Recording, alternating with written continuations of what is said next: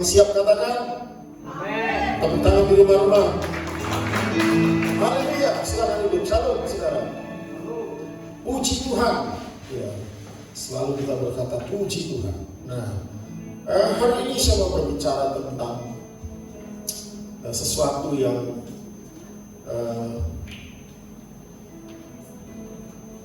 kita ingat sejarah kekristenan itu. Sejarah kekristenan itu terlatih untuk tetap bertahan. Halo, saudara? Jagonya bertahan. Kalau Kentucky bilang dia jagonya ayam, kita jagonya bertahan. Amin semua saudara. Orang-orang Kristen itu sudah punya pengalaman yang cukup panjang. Kalau soal bertahan, kuat di dalam bertahan itu gak usah dibilang. Memang jagonya. Tapi saya membaca dalam sebuah buku ya yang ditulis oleh Tom S. Rainer ya, dalam bukunya Leading a Post-COVID Church ya, Leading a Post-COVID Church, bagaimana gereja setelah COVID ini seperti apa gitu, kira-kira dipimpin gereja itu seperti apa. Nah saudara, menurut survei yang ditulis oleh Tom S. Rainer, menurut dia itu di negaranya sana, di Amerika, dia survei saudara, di negaranya sana itu 20% orang Kristen yang sebelum pandemi itu rajin datang itu hilang, gak kembali lagi. Hilang gak kembali, gak tahu kemana. Tapi kalau menurut survei yang saya amati untuk di Indonesia, khusus di Pekanbaru, dari gereja kita mulai sebelum COVID dan setelah kita ibadah melakukan tatap muka, saya kira lebih dari 40% tidak datang. Belum, lebih dari 40%. Karena saya hafal jemaat kita, mulai dari anak-anak sampai ke orang dewasa, saya tahu berapa jumlahnya. Tapi sangat disayangkan, hampir 40% jemaat gereja kita tidak datang.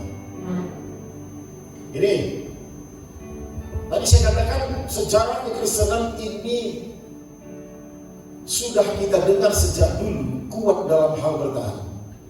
Sejak zaman dulu. Makanya tidak heran. Kami bercakap-cakap dengan seorang hamba Tuhan, hampir 1 jam, 58 menit kami bicara dengan seorang hamba Tuhan. Dia bilang, ngeri loh Pak, katanya. Sekarang ini bahkan banyak gereja yang ditutup. Kalau di Jakarta nggak usah dibilang lagi, sudah banyak. Bahkan hamba Tuhan itu dia pernah bertelepon dengan hamba Tuhan yang telepon dengan saya ini. Sudah tutup Pak gereja kami nggak sanggup lagi. Kenapa? Ya jemaatnya sudah tidak ada. Dan kepedulian jemaat terhadap gereja itu tidak ada. Nggak ada saudara. Makanya tutup.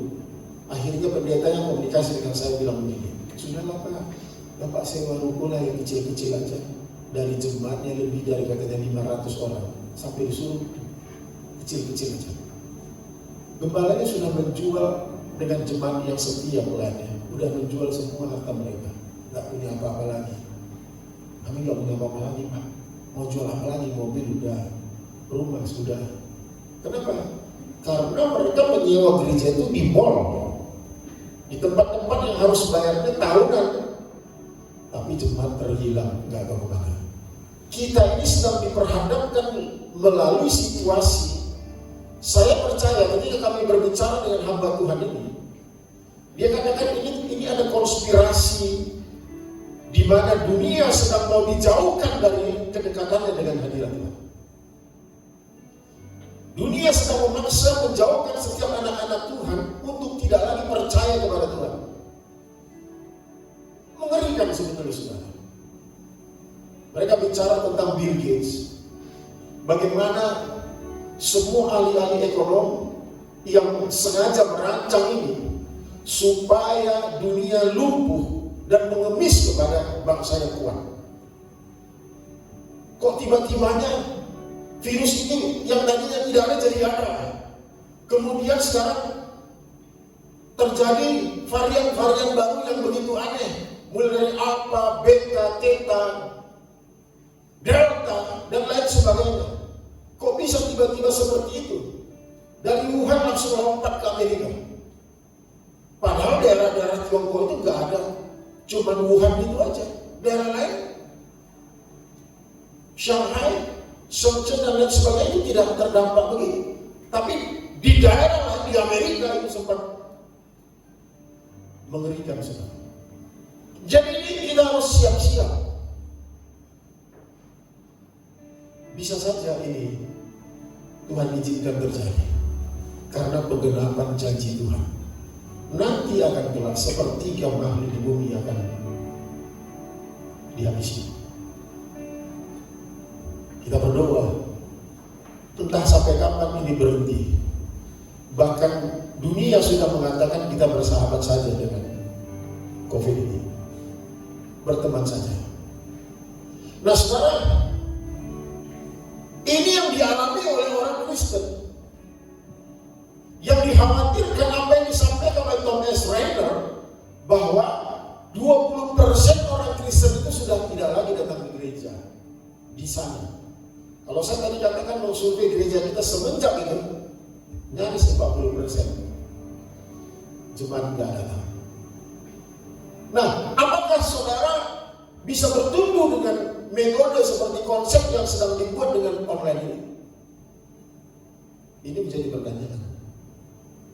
Yang selama ini saudara dengan mempersiapkan diri hati datang beribadah dengan parfum yang harum mungkin. Tapi sekarang banyak orang beribadah bisa angkat kaki sambil minum kopi. Lama-lama kalau terus ini terlatih dibiasakan, orang sudahlah dari mobil dari mana-mana sama bisa kok. Dan lama-lama sudah terbiasa dengan udah nggak ada ibadah, udah apa?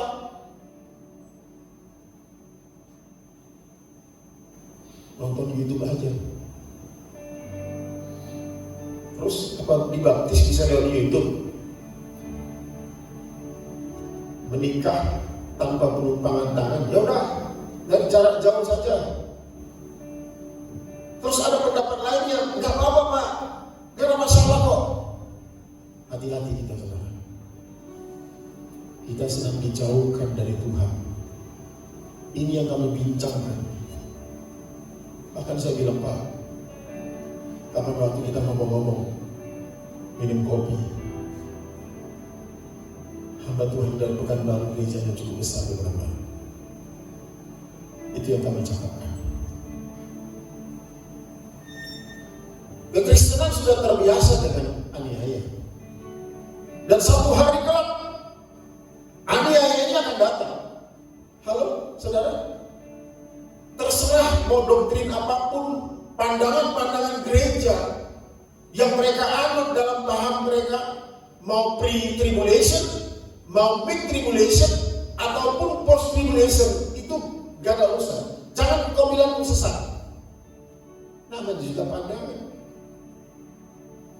Antikristus itu ada sebelum Tuhan datang, terserah mereka. Yang penting peristiwa itu akan terjadi.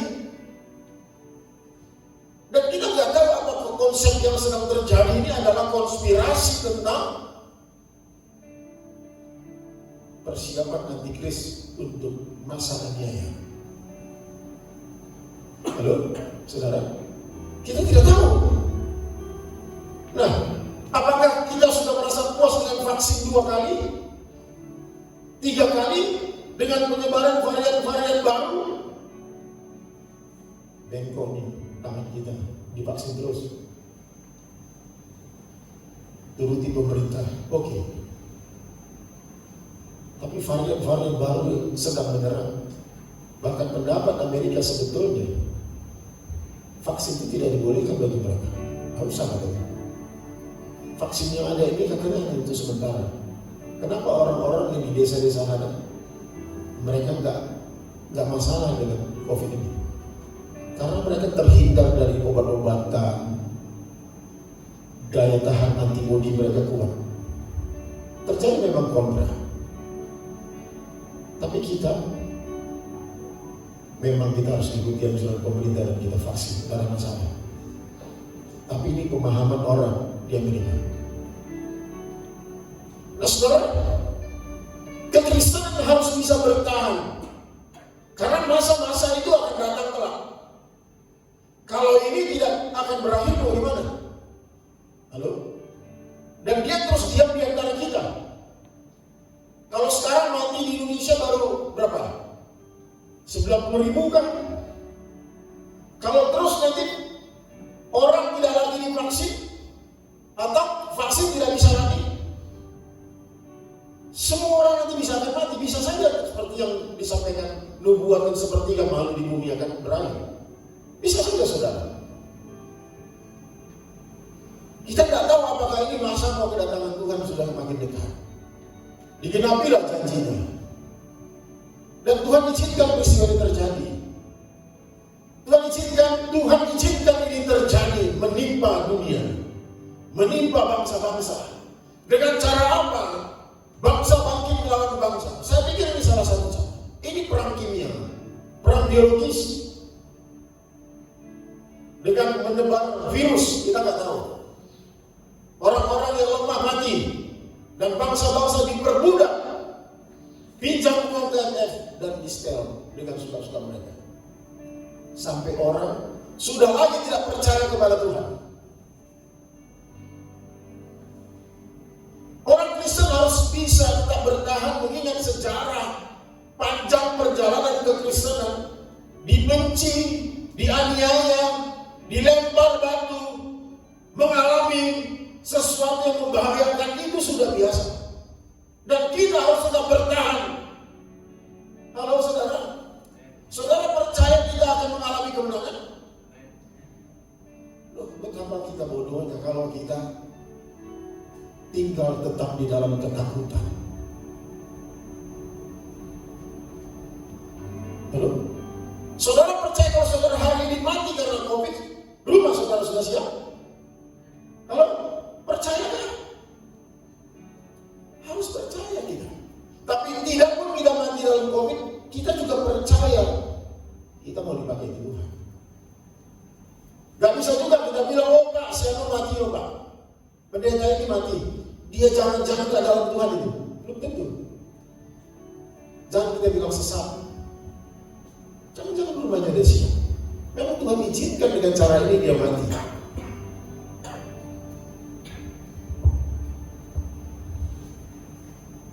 Kita buka firman Tuhan.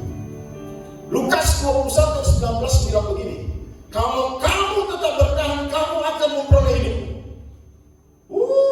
Tepuk tangan buat Tuhan dulu saudara. Kalau kamu tetap bertahan, kamu akan memperoleh hidupmu. Ada yang itu juga. Saudara, perhatikan baik-baik. Ayat yang 17 dikatakan, dan kamu akan dibenci semua orang oleh karena namaku. Artinya apa? Memang sejak dulu kok kita sudah dianiaya kok. Makanya Bapak Jamal Dodi kemarin bersaksi, dia mau dipenggal orang. Bahkan dia bilang begini, kesaksiannya di doa, saya justru suka mati saya itu digorok katanya. Halo? Suka digorok? Suka digorok? Ngeri dengar kata-kata gorok itu ya. Sebenarnya sama saja. Mati karena sakit pun sakit juga. Mati karena kita nggak tahu lah, itu rahasia Tuhan lah membuat kita mati. Asal jangan bunuh diri aja ya. Mati karena sakit Tuhan izinkan dengan cara ini. Dia dipanggil ketemu dengan Tuhan. Jangan kau bilang itu karena sesat. Kalau sejak dulu memang kita terlatih jagonya bertahan. Makanya baca sejarah rasul-rasul yang mati. Sampai dia bilang, gak usah aku disalibkan dengan gaya Tuhan Yesus, bikin aku lebih hina dari itu. Oh, hebat loh. Kepala terbalik. Rasanya aku gak pantas kalau mati dengan cara kayak itu. Lebih sadis lagi kalau program ini. Kenapa mereka berani ngomong gitu? Karena bagi mereka mati adalah keuntungan. Haleluya, saudara. Haleluya. Mati adalah keuntungan. Hidup Kristus. Ini yang kita bahas. Kalau kamu tidak benar, kamu akan memperoleh hidupmu. Hidup adalah Kristus. Mati adalah keuntungan. Tapi mesti dalam Tuhan ya. Jangan enggak dalam Tuhan, sok gaya-gayaan lu.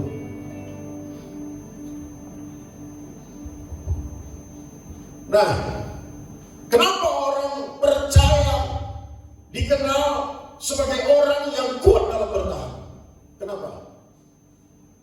1 Yohanes 4 ayat 4 berkata begini, kamu berasal dari Allah anak-anakku, dan kamu telah mengalahkan nabi-nabi palsu itu, sebab roh yang ada padamu lebih besar daripada roh yang ada dalam dunia ini. Nabi palsu kita kalahkan.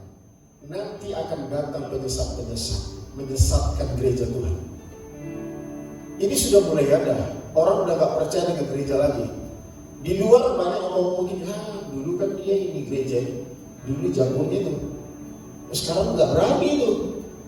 Tutup itu. Ngapain kami lagi berharap dengan pendeta itu? Sudahlah, doa di rumah aja. Di rumah pun udahlah. Saya rajin juga kalau doa pagi.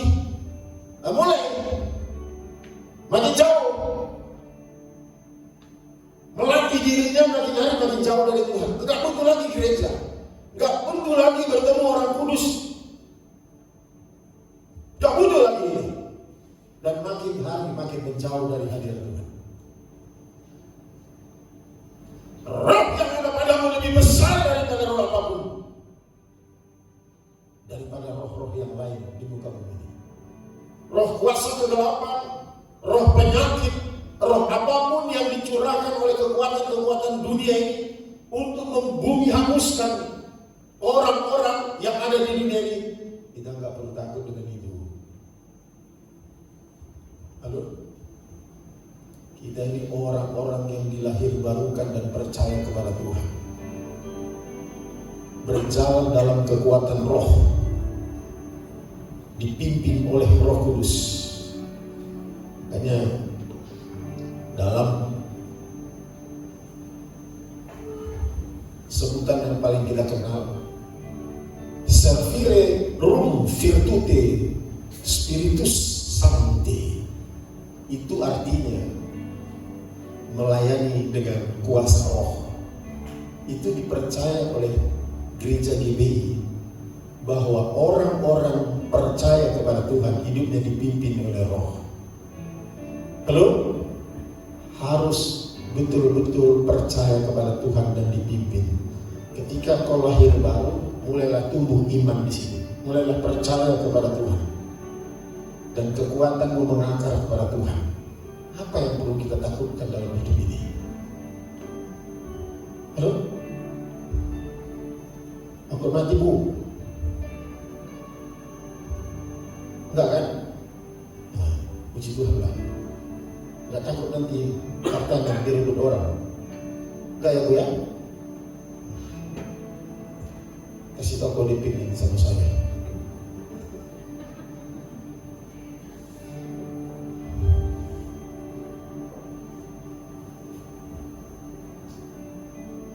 Kenapa orang percaya itu harus mampu kuat dalam bertahan? Karena roh yang ada dalam dirinya lebih besar daripada roh apapun di muka bumi ini. Itu yang membuat dia mampu bertahan. Tak ada lagi takutnya. Makanya Bapak Jamal Doni dengan bangga dia bilang, aku matinya suka digorok Pak. Istrinya ketakutan dengan kata-kata gorok, disembelih. Ini bisa jadi orang yang sudah dibangun dengan kekuatan roh, melayani dengan kekuatan Roh Kudus, dipimpin dengan firman, nggak takut mati lagi. Enggak pun ada virus itu, kapan lagi kita bisa mati kok? Kalau mau, kalau kau nggak sungguh-sungguh dalam Tuhan, sejengkal rumah kita bisa mati, binasa. Nggak usah ada virus itu, nggak usah. Ya, abaikan virus itu. Kau nggak dalam Tuhan, sebentar lagi bisa saja. Bawa mobil, apa kau bisa pastikan truk lagi lewat itu nggak lepas rodanya, nabrak kita? Karena dunia ini memang gila. Dunia ini mengerikan. Bahkan antikristus itu pun malah, kalau kita baca firman Tuhan, itu justru dari orang-orang gereja Tuhan. Nah, bayangkan ini, orang yang sudah kenal firman malah. Ini saya tertarik juga apa yang dikatakan oleh almarhum Petrus Agung ini. Ada orang-orang hamba Tuhan yang tertinggal.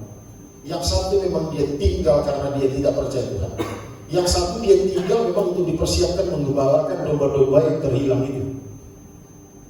Nah, mau pilih mana? Mau yang terangkat yang pertama atau yang kedua terangkat? Sama-sama aja, tidak ada masalah. Tapi kalau terangkat yang kedua, siapkan menggembalakan bangsa-bangsa Israel yang keras hati itu, orang-orang yang tidak percaya Tuhan. Nanti kan ada kesempatan kedua, second chance, di mana orang-orang akan berseru, kan gitu. Oh, ternyata dia Tuhan, dia rupanya Tuhan, kan gitu saudara. Nah, dari mana dia tahu Tuhan itu? Kalau tidak ada yang gembalakan dia, itu tugas saudara. Jadi mau ada COVID, mau tidak ada COVID, kalau kau tidak dalam Tuhan, berat juga hidup itu. Tapi orang-orang yang di dalam Tuhan, Tuhan pasti proteksi dengan cara-cara Tuhan yang ajaib. Coba beri tepuk tangan. Yang kedua, kenapa orang percaya itu sejak dulu jagonya kuat dalam bertahan? Karena firman Tuhan bilang dalam Yakobus 1 ayat 12, berbahagialah orang yang bertahan dalam pencobaan, sebab apabila dia sudah tahan uji, ia akan menerima mahkota kehidupan yang dijanjikan Allah kepada barang siapa yang mengasihi dia. Orang-orang percaya yang sejak dulu jagonya bertahan. Kenapa dia lakukan itu? Karena ada janji surga yang dia akan terima satu hari kelak. Katakan, yakinkan diri kita pasti masuk surga, Bapak Ibu. Pencobaan yang biasa, aniaya itu yang biasa, semua biasa, tidak ada melebihi kekuatan kita. Walau 1000 rebah di sisiku, kau tetaplah Allah penolongku. Walau 10.000 rebah di kananku, akan ku goyang sebab Yesus sertaku. Lebih lagi katakan bersama-sama. Wow, 1000 rebah di sisiku, kau tetaplah Allah penolongku. Wow, 10.000 rebah di kananku, takkan ku goyang sebab Yesus sertaku. Takkan ku goyang, takkan ku goyang sebab Yesus sertaku. Takkan ku goyang, takkan ku goyang sebab Yesus sertaku. Beri tepuk tangan buat Tuhan. Terserah dunia mau merebahkan siapapun, tapi Allah tetap sertai orang-orang yang percaya. Haleluya. Nah, apa ciri orang-orang yang kuat dan jagonya bertahan? Apa cirinya? Pasti ada ciri dong.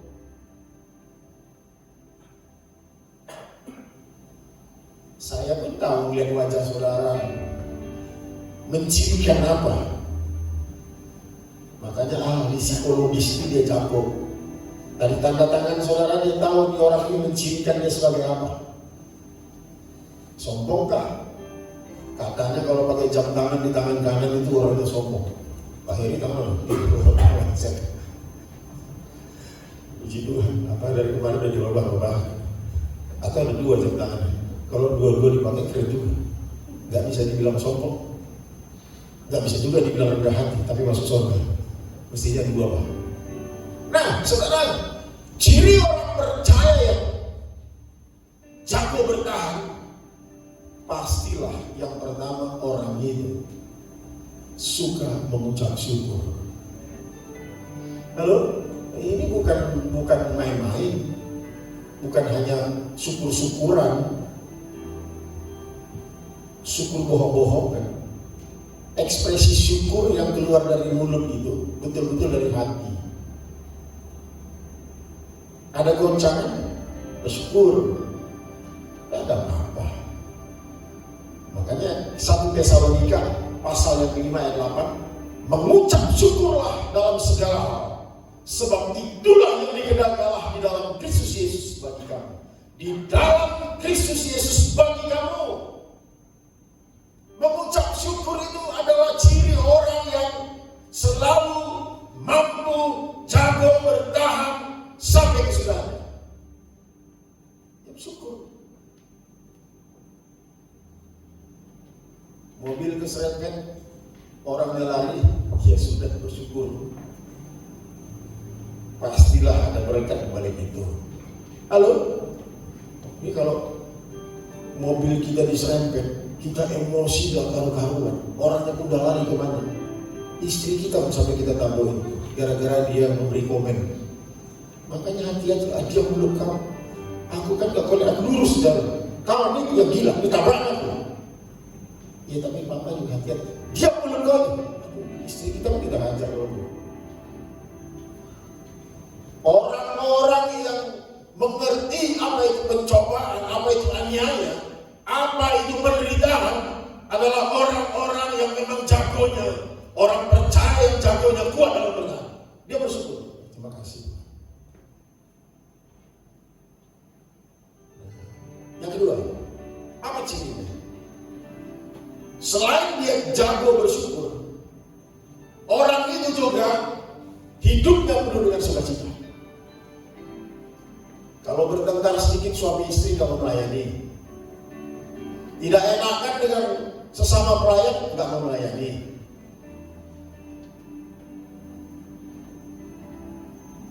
Kurang sedap melihat wajah gembala karena dimarahi. Orang cuma dimarahi doang, kau nggak kuat bertahan. Cuma dimarahi doang, apalagi nanti digebukin di luar sana. Aduh, memangnya kau bisa jalan dulu setiap hari? Tiap hari nggak ada masalah bu dalam hidup ini. Tukang parkir bisa bentak-bentak kita bu, tiba-tiba bu. Orang gila itu bisa datangin kita, tapi nggak kayak gila. Kayak yang saya alami kan? Kayaknya nggak gila, ya, ternyata orang gila. Coba tiba-tiba dia gedor kaca mobil, boy. Dia gila ya katanya sama kita. Kita nggak tahu bu. Betul nggak saudara? Ini gembala marah aja, ikut marah. Gembala kasih nasihat tak terima, dikasih marah tak terima. Gak usah melayani lah, gak melayani udah apa-apa, gak doa subuh juga aku doa di rumah. Gak usah dikasih melayani, gak apa-apa, aku juga tahu kok. Orang-orang kayak gini gak bisa bertahan, gak bisa bertahan. Nanti ditumbuk orang bukan di luar sana, ini melawan ini orang-orang gini. Bisa pula nanti dipanggil semua orang-orang untuk mengeroyok orang itu. Gak kayak gitu bu ya, belajar kita semua. Orang-orang yang jagonya, orang percaya jagonya bertahan adalah orang-orang yang selalu hidupnya penuh dengan sukacita. Sudah, kalau kau gak bisa tersinggung sedikit, Jangan-jangan ada halaman yang kau robekkan dalam Alkitab. Ditampar di kiri, kasih di kanan. Saya curiga. Nanti mau saya cek Alkitab. Adakah lembar yang koyak? Saudara yang tahu itu. Tampar di kiri itu kan Tuhan Yesus. Ya. Kami tidak berlaku buat saya. Marga Nababan, aku raja Nababan. Itu pula. Dan orang mengatakan banyak raja. Kami pun orang kaya banyak raja juga. Enggak laku, sendiri enggak laku. Coba aja pegang aku. Habis kok. Tetap tidak kehilangan sukacita. Filipi 4 ayat 4 dikatakan, bersukacitalah senantiasa dalam situasi, kondisi, keadaan, apapun yang mempengaruhi, tidak mengurangi rasa sukacita kita di dalam Tuhan. Halo, saudara? Tetap enjoy aja. Tetap happy saja. Dan biasanya orang seperti ini cepat pulih hatinya. Mungkin saudara bisa saja tadinya sempat mau marah. Pernah nggak itu? Pasti sering. Betul ya? Sempat mau marah. Tapi kalau orang-orang yang memang sudah dekat dengan Tuhan, mau marah pun tidak bisa dia. Tapi bisa saja di antara kita tiba-tiba mau marah karena ada sesuatu yang kita lihat tidak benar. Tapi kita cepat balik kepada Tuhan. Lalu biasanya ciri orang yang percaya, yang jago dalam bertahan, selain dia orangnya selalu bersyukur, dia juga mampu bersukacita. Cepat kembali. Enggak hilang damai sejahteraku, karena aku tetap ada di dalam Tuhan. Dan Tuhan ada bersama denganku. Jangan jadwal saya, Pak, happy aku hilang. Loh kenapa? Bu? Iya. Suamiku galak kali hari ini. Hari ini aku rugi jualanku. Jadi sukacitaku hilang. Saya gak mau melayani dulu Bu Gembala. Tolonglah jangan jadwal saya. Kalau udah pun sama Pak Gembala pasti disertakan gitu. Dan dalam sama Bu Gembala. Ya, Bu Gembala, iya. Sama Pak Gembala gak laku. Cengeng-cengeng gitu. Padahal pelayan Tuhan. Aduh, di situasi kayak gini gak bisa lagi kita cengeng Pak Bu. Dengar gak saya di rumah-rumah ini? Tangkap itu. Gak bisa lagi cengeng-cengeng kita. Cengeng, ketakutan, gak karu-karuan, antibodimu lemah, apalagi di rumah aja, olahraga pun takut. Kenapa? Takut nanti ada orang batuk pas muter yang kedua. Muter pertama tadi enggak, dia belum batuk, yang kedua batuk. Ketakutan membuat imunmu lemah. Justru itu bisa mematikan, bukan karena COVID juga kok mati. Tapi kalau sudah antibodi kita lemah, ketakutan kita selalu menghidupi kita, sakit lain itu bisa datang. Betul gak? Tensi bisa naik. Yang ketiga, ini yang selalu kita declare, hendaklah kau setia sampai mati. Yang ketiga, selain dia bisa bersyukur dan tetap bersukacita, yang ketiga, ciri orang percaya yang jago dalam bertahan itu adalah cirinya setia. Setialah sampai mati.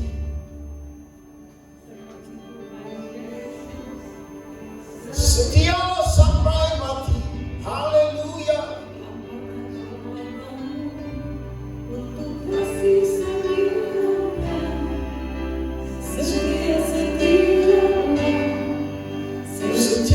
Sampai mati. Ini ya, gini ya. Yang saya ucapkan ini berkaitan semuanya di hati ya. Gak bisa hanya ngomong aja. Kita bersyukur aja lah, Man. Ayam kita dicuri satu kandang kemarin sama tetangga itu. itu mesti dari hati. Memang benar-benar engkau betul-betul yang percaya bahwa Tuhan ada, Roh Kudus ada dalam dirimu.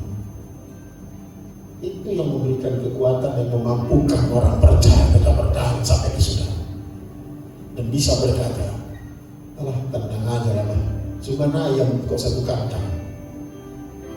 Kau hitung berapa itu nanti? Iya 15 juta juga loh Pak, kandangnya kan besar. Nanti Tuhan gantikan berkandang-kandang. Enggak pun ayamnya, kandangnya. Tuh 1000 kandang mahal juga Pak. Halo? Amin? Semua? Tuhan itu mengerti, tahu apa yang sedang dialami oleh bumi ini. Sepertinya Anda ini nggak tahu. Jadi seolah-olah kita ini sedang dalam genggaman setan berjalannya. Engkau berjalan dalam genggaman setan, kan aneh. Engkau seolah-olah tidak tahu bahwa Tuhan adalah yang mencengkram kita dengan sayapnya. Dan orang percaya, orang benar, selai rambutnya tidak akan bisa lepas. Tadi Lukas tadi, saudara baca ayat itu. Tak selai rambutmu akan jatuh. Dia tahu. Tahukah Tuhan peristiwa ini? Tahu kan? Setujukah Tuhan peristiwa ini ada di bumi ini? Sangat setuju. Ya silakan aja. Seperti setan mencabut nyawa anak-anak Ayub. Dia datang kepada Tuhan. Mau gua habisin tuh anaknya? Silakan. Gua mau lihat usia itu setia apa tidak. Silakan kata Tuhan. Tapi jangan kau ganggu si Ayub. Dan coba kau berhadapan dengan saya. Tetap setia Ayub. Ayub tetap setia. Orang-orang yang bertahan sampai kesudahan adalah orang-orang yang setia sampai mati. Tepuk tangan buat Tuhan kita. And the last point, Matius 5 ayat 8 bicara begini. Berbahagialah orang yang suci hatinya, karena mereka akan melihat Allah. Yang terakhir, orang percaya yang jago dan kuat dalam bertahan, cirinya adalah orang-orang yang tulus dan suci hatinya. Karena orang-orang ini yang selalu melihat kemuliaan Allah. Selain dia bersyukur, dia sukacita, dia setia, dia juga tahu seperti apa hatinya suci kepada Tuhan. Dan Tuhan pasti memperlihatkan mujizat kemuliaannya atas orang-orang yang tulus hatinya. Kita nggak bisa lihat orang itu tulus walaupun dia rajin beribadah. Kita nggak bisa tahu kalau orang itu datang ke rumah kita sekalipun mulutnya manis. Yang tahu itu adalah Tuhan dengan diri orang itu. Dan hanya orang-orang yang tulus hatinya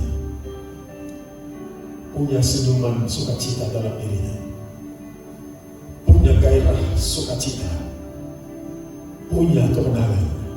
Kenapa? Karena dia tahu Tuhan pasti tolong dia. Tuhan ternyata suka tolong orang yang tulus. Mazmur 11 ayat 7 bilang begini. Sebab Tuhan adalah adil dan Ia mengasihi keadilan. Orang yang tulus akan memandang wajah. Jadi saudara, jadilah orang-orang yang tulus. Itulah ciri terakhir dari orang-orang percaya yang mampu bertahan sampai kesudahan. Dan itu bukan di mulut saja. Gampang sekali kita dengar orang Kristen bilang begini, saya sih ya bersyukur aja lah, hatinya enggak. Saya sih sukacita aja, hatinya tidak. Saya sih, apalagi bilang setia dan tulus. Saya ini orangnya setia, apalagi dia ngomong kayak gitu. Kalau ucap syukur sering kita dengar orang ngomong gitu.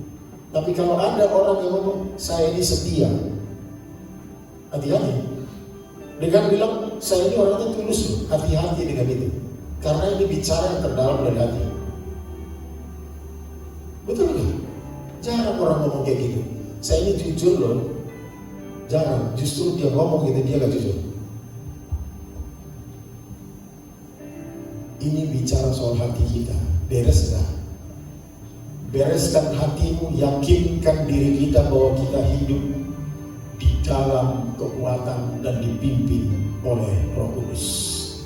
Sekali lagi saya bacakan apa yang saya sebut dengan servire cum virtue spiritus sancti. Ini artinya melayani dengan dipimpin oleh Roh Kudus. Orang percaya hidupnya dipimpin oleh Roh Kudus dan tidak akan mengalami kekalahan. Diberkati untuk menjadi berkat. Kalau minggu-minggu sebelumnya saya bicara tentang tabung Allah, kemuliaan Tuhan, hidup dalam berkat Tuhan. Untuk apa?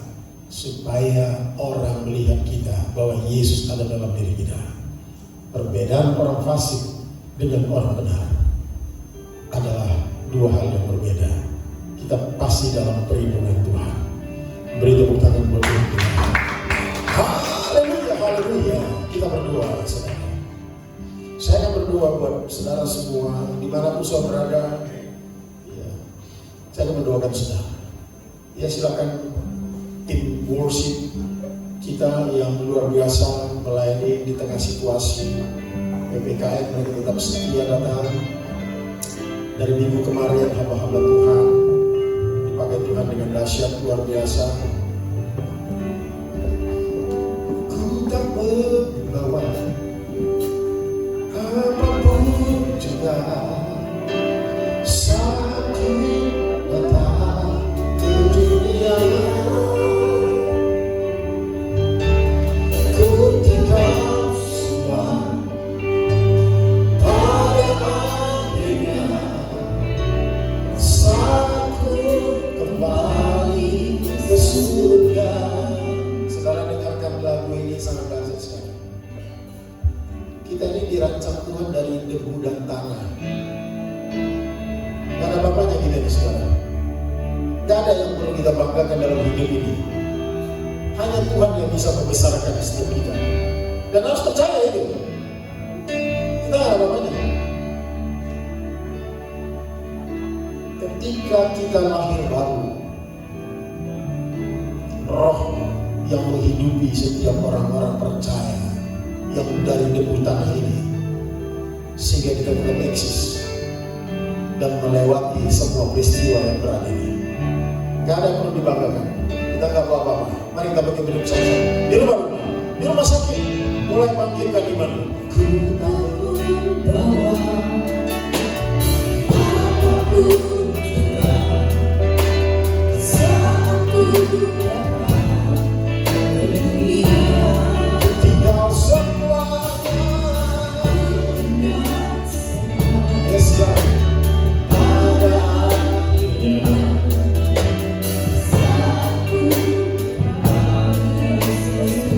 mana yang kau punya? Semua itu.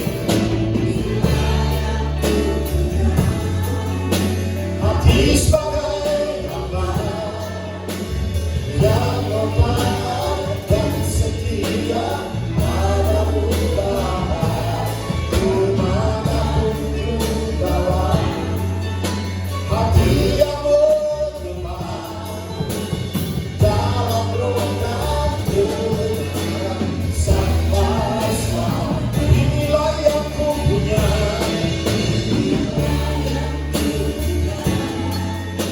Hati sebagai hamba yang hormat dan setia padamu Bapa, kemanapun ku bawa. Hati yang bergema dalam roda kebenaran sampai selamanya. Mari mulai deklarasikan hidupmu. Apa yang kau punya sekarang? Apakah kau masih mempunyai hati sebagai hamba? Menghambakan dirimu kepada Allah yang pimpin hidupmu. Menghambakan dirimu kepada Roh Kudus yang pimpin jalan-jalanmu. Kalau itu yang kau punya, katakan cuma ini Tuhan, aku jadi hamba-Mu. aku mau melakukan ini semua. Dengar baik-baik, sehelai rambutmu tidak akan jatuh tanpa izin Tuhan. Sekalipun kau mungkin mati hari ini, tapi itu semua oleh izin Tuhan. Jangan kau bilang sesat. Tuhan sudah siapkan rumahmu. Tuhan sedang persiapkan kau di Firdaus yang indah ini. Kau harus percaya ada kehidupan itu. Dalam situasi seperti ini, siapapun orang bisa mati.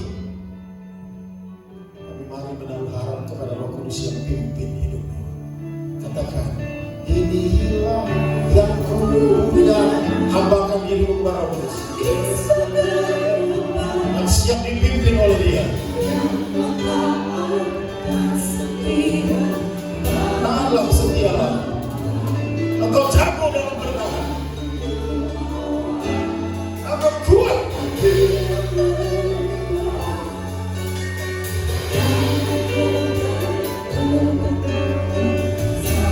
Aku berdoa padamu. Engkau yang sudah bangkit imanmu, tetap bertahanlah sampai kesudahannya. Ciri yang terakhir orang yang jago dalam bertahan adalah tidak tinggal dalam ketakutan. Orang-orang seperti ini hidupnya selalu setia kepada Tuhan dan menghambakan dirinya kepada pimpinan Tuhan yang memimpin setiap jalan dan langkah-langkahnya. Tuhan, hari ini iman-iman yang dibangkitkan mendengarkan firman ini, yang sedang berada di rumah sakit, mungkin kau tengah menggunakan ventilator, tapi telingamu masih bisa mendengar. Jangan, Tuhan Yesus, sembuhkan dia. Kau yang mengalami COVID dalam isolasi mandiri di rumah-rumahmu, percaya saja, bilu Yesus, kau anak Allah. Kalau hari ini kau diizinkan harus mati, percaya kau berada dengan Tuhan di Firdaus. Tapi kalau kau masih hidup, janjikan, ajarkan dirimu kepada Tuhan bahwa kau adalah hamba-Nya Dia, siap selalu memuliakan Tuhan dalam keadaan apapun. Tuluslah, jujurlah kepada Tuhan, selalu mengucap syukur dalam segala keadaan. Dan engkau adalah orang-orang yang bertahan sampai kesudahan. Bangkit dari tidurmu, bangunlah, kau disembuhkan. Engkau hari ini mengalami ketakutan, bangkitkan dirimu di dalam Roh Tuhan. Kau terus berdoa, minta Tuhan pimpin engkau, agar kau keluar dari ketakutan, agar kau keluar dari degradasi iman yang semakin menjauh dari Tuhan, semakin sungguh-sungguh di dalam Tuhan. Dan hari ini juga Tuhan akan pimpin engkau. Terima kasih Tuhan buat kesembuhan. Mari bersyukur, angkat kedua tanganmu. Aku berterima kasih Tuhan, Engkau telah ingatkan aku menjadi hamba yang dipimpin selalu Roh Kudus di dalam nama Yesus.